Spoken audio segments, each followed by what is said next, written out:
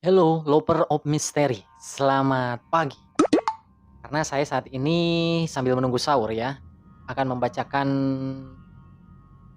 kisah mistis yang sudah dikirimkan oleh subscriber lewat Instagram @ianofficial_mystery. Dan di sini dari Ajis Maulana 1518. Tapi di sini saya melihat kata-katanya itu dia tidak begitu jelas ya. Nanti saya akan cantumkan juga ya di samping sini. Apa yang dia kirimkan. Nanti kalian juga bisa baca. Di sini saya akan bahasnya secara langsung ya. Oke, Bang Ajis Maulana 1518 dengan hashtag tanya Ian. Bang, aku mau cerita tentang aku. Oke, jadi gini, awal mulanya kan saya pernah belajar silat dari HP. Saya itu belajarnya malam hari. Nah, pas itu aku berdua sama temen aku belajar malam ya sekitar jam 8 lah. Terus kayak ada yang ganggu ngelempar batu ke atap saya. Belajarnya kan di tempat untuk nyusun batu bata ya. Dan ada yang ngelempar pakai batu, ngelemparnya di atap, tapi batu itu nggak jatuh pas latihan saya. Itu tempatnya agak gelap dan pakai lilin. Arah lemparannya itu dari arah kayu. Kayu yang mau untuk bakar batu bata. Terus aku kira itu temanku. Tulisannya nggak begitu ini ya. Nggak ada titik koma. Jadi agak sedikit sulit juga. Lanjut. Yang ngerjain aku tapi temen aku bilang kayak gini, siapa yang ngelempar? Aku jawab nggak tahu, jangan-jangan pocong. Aku jawab nggak mana ada ya, jangan berpikir gitu deh. Terus lama kelamaan kami diganggu terus, lalu kami berhenti latihan dan tiba-tiba kami berhenti, kami duduk sejenak langsung angin kencang banget sampai hujan terus temanku pulang. Ini tidak ada titik komanya, jadi saya ngebacanya terkendala ya bro. Semenjak itu aku sering bermimpi tentang sosok hitam anak kecil dan sama ibunya juga dan sama ibunya juga hitam. Terus aku pernah pas tidur kayak ada anak kecil di samping aku. Lagi mainan tembak-tembakan. Terus aku terbangun dan gak ada, lalu semenjak itu aku sering ketindihan. Dan sering juga mimpi di balik mimpi sampai 15 lapisan. Mimpi dan pernah aku tidur di dalam mimpiku itu ada apa ya?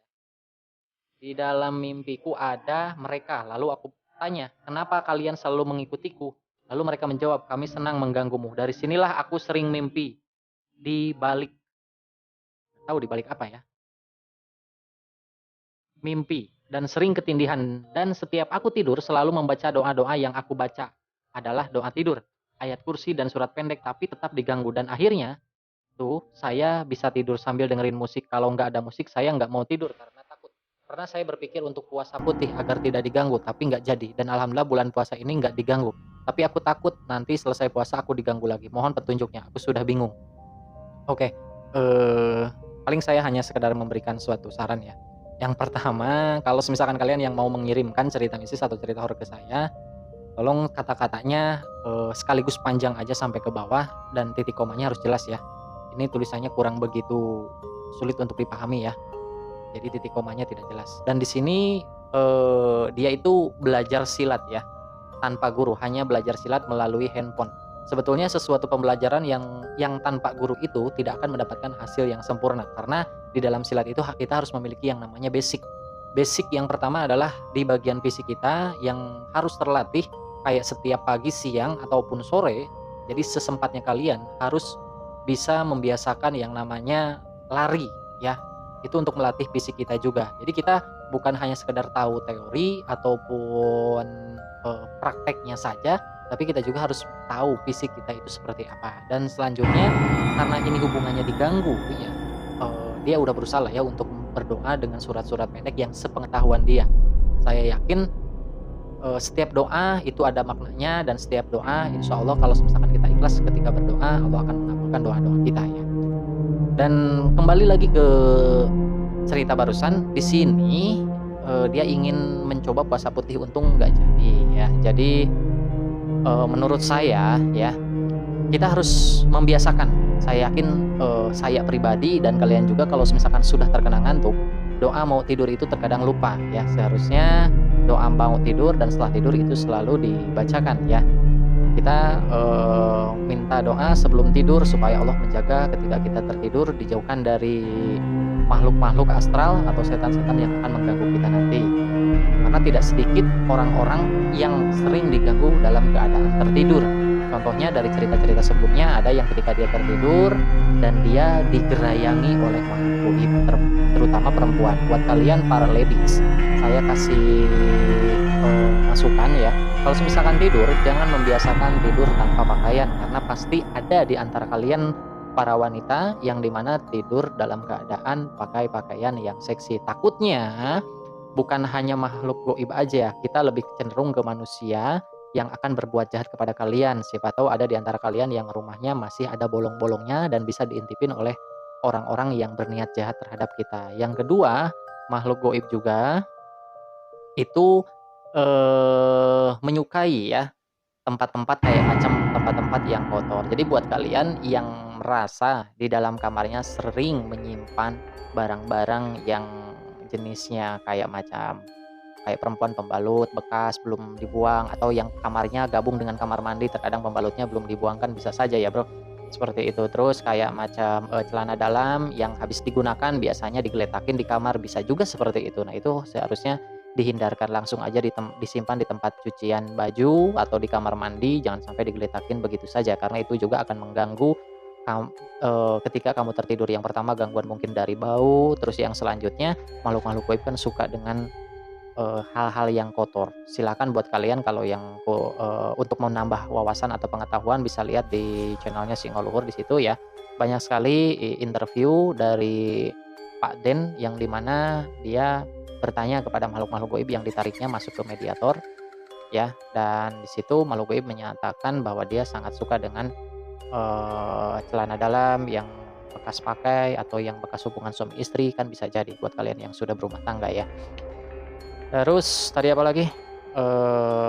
Ketika kita bangun, setelah bangun tidur itu kita juga jangan lupa untuk berdoa ya, mensyukuri bahwa pagi hari kita diberikan kesempatan untuk melihat dan menghirup udara pagi gitu ya, melihat teriknya matahari, bukan terik, terbitnya matahari maksud saya ya gitu.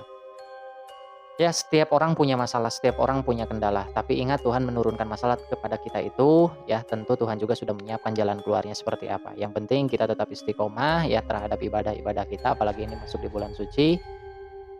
Kita kumpulkan amal sebanyak-banyaknya, dan buat kalian, buat para konten kreator di YouTube ya, kalian juga termasuk mendapatkan yang namanya pahala karena sudah menghibur orang banyak ya, apalagi yang jenis kontennya kayak macam membuat orang tertawa ya, membuat orang jadi tidak jenuh, yang banyak masalah ketika nonton video YouTube ya. Insya Allah kalau kita ikhlas melakukannya, orang-orang yang sedang banyak masalah terkadang terhibur dengan video-video kita, itu juga insya Allah termasuk pahala buat kita juga ya. Yang penting kita bisa menjaga lisan kita, tidak hanya di bulan Ramadan aja, di dalam kehidupan sehari-hari kita juga harus bisa menjaga lisan kita, menjaga perasaan orang lain juga, jangan sampai nanti tersakiti. Seperti itu ya bro. Dan buat Mas siapa tadi? Mas Ajis Maulana 1518 ya, terima kasih yang sudah mengirimkan kisah mistisnya ya ke Instagram @ianofficial_misteri ya.